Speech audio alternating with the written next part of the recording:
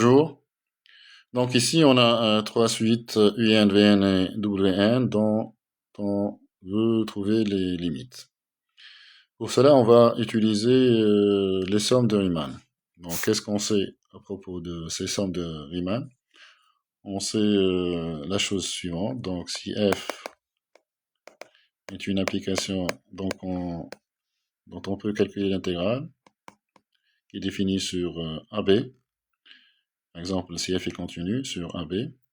Donc, si on considère cette suite-là, la suite AN, qui est égale à 1 sur N, voilà la somme de k allant de 0 à N-1 de f de A plus k sur N fois B-1. Eh bien, cette suite-là, elle converge vers, quand N tend vers plus l'infini, elle tend vers l'intégrale entre A et B de f. Donc voilà le résultat qui concerne ces sommes-là qu'on appelle les sommes de Riemann. Donc les sommes de Riemann convergent vers l'intégrale. Là, elle a l'air d'être compliquée la formule comme ça, mais si on prend A égale à 0 et B égale à 1, on va avoir des suites un peu plus simples. Donc dans ce cas, donc B égale à 1, c'est 1 sur N, la somme de K allant de 0 à N-1, fois F de A c'est 0, B c'est 1, donc B-1 c'est 1, donc on aura ici que F de K sur N. Et donc ça va converger vers l'intégrale entre 0 et 1 de F. Voilà donc ce résultat qui concerne les sommes de Riemann. Je vous invite à faire une pause ici et réfléchir un peu sur ces suites, essayer de trouver ces limites, et puis redémarrer la vidéo pour voir le corriger. Voyons donc la suite UN. Donc UN, c'est n puissance moins 3 demi fois la somme de k allant de 0 à n moins 1, racine de k. Ah, j'ai oublié de dire quelque chose, c'est que là, ici, on prend k de 0 à n moins 1. Mais on a le même résultat si on prend un k qui va de 1 jusqu'à n. Donc, vous pourrez retrouver ça. Donc là, on va de 0 à n moins 1. Et donc la somme de 0 à n-1 de racine de k multiplié par n puissance moins 3 demi. La première chose à faire, c'est essayer toujours de dégager un 1 sur n. Donc n puissance moins 3 demi, je vais l'écrire n puissance moins 1 fois n puissance moins 1 demi. Voilà donc la somme des racines de k. Donc n puissance moins 1, c'est le 1 sur n dont j'ai besoin. Voilà la somme de k allant de 0 à n-1. Et donc n puissance moins 3 demi, moins 1 demi, je vais le rentrer à l'intérieur de la somme. Ça fait racine de k fois n puissance moins 1 demi, c'est-à-dire racine de k fois 1 sur racine de n. Donc ça fait finalement racine de k sur n. Et donc ça, c'est une somme de Riemann.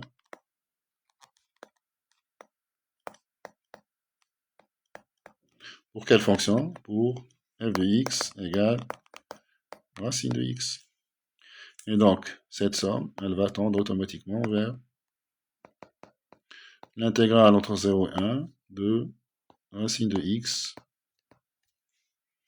Voilà, donc je peux dire que la limite de un, c'est l'intégrale entre 0 et 1 de la racine de x. Et ça, c'est x puissance 3 demi sur 3 demi. Et entre 0 et 1. Et ça me fait 2 tiers. Voilà donc la limite de un. C'est égal à ça. Donc voilà la limite de un. Passons à la suite suivante. C'est la suite Vn qui est égale à la somme.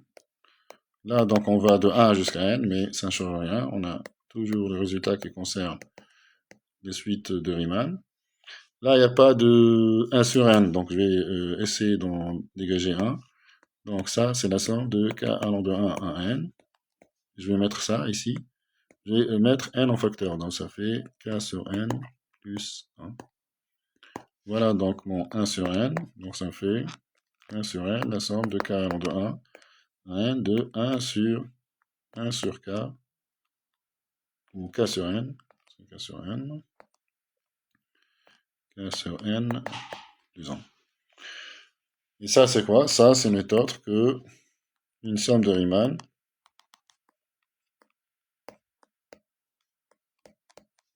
pour f de x, la fonction f de x égale 1 sur x plus 1. Donc Vn, ça converge vers quoi? Eh bien, converge vers l'intégrale entre 0 et 1 de 1 sur 1 plus x. Là, oui. Donc ça, c'est une primitive d'un 1 sur 1 plus x, c'est ln de 1 plus x, bien sûr. Donc, pris entre 0 et 1. Et ça fait ln de 2 moins ln de 1, donc c'est ln de 2.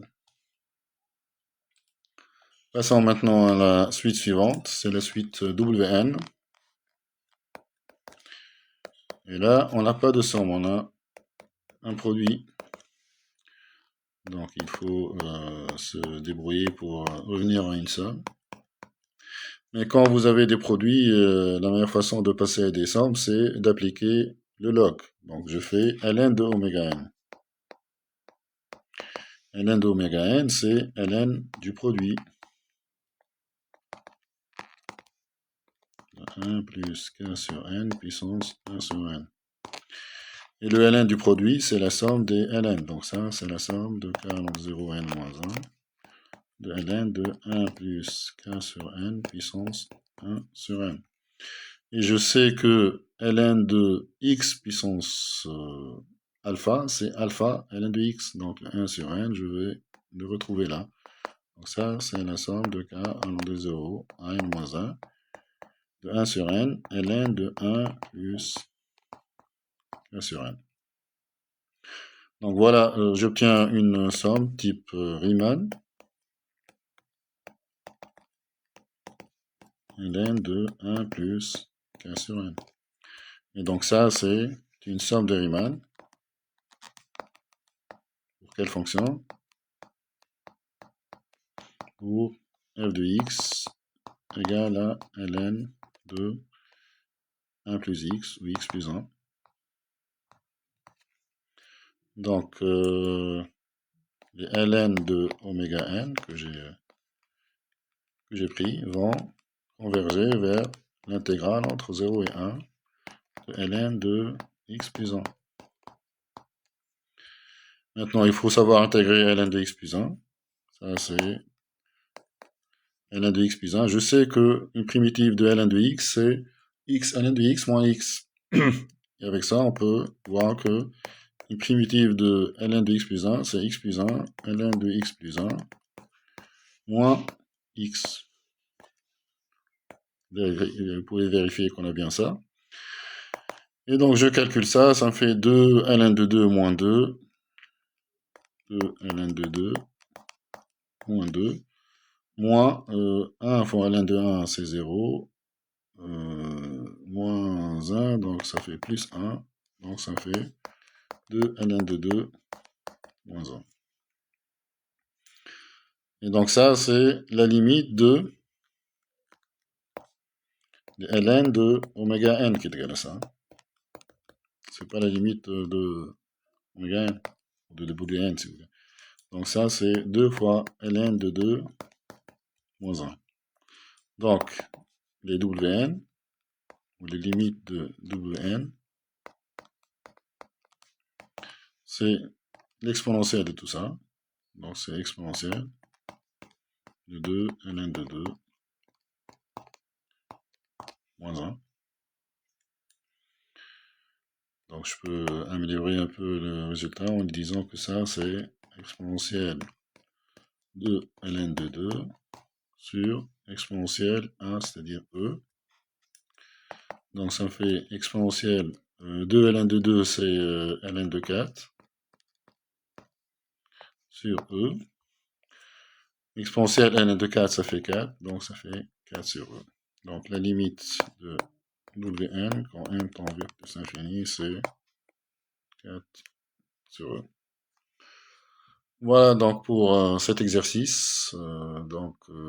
Les sommes de Riemann vous permettent de trouver les limites de certaines sommes assez facilement en utilisant un calcul d'intégrale. J'espère que ces calculs vous seront utiles. N'oubliez pas de liker cette vidéo et de vous abonner à notre chaîne, s'il vous plaît. À bientôt.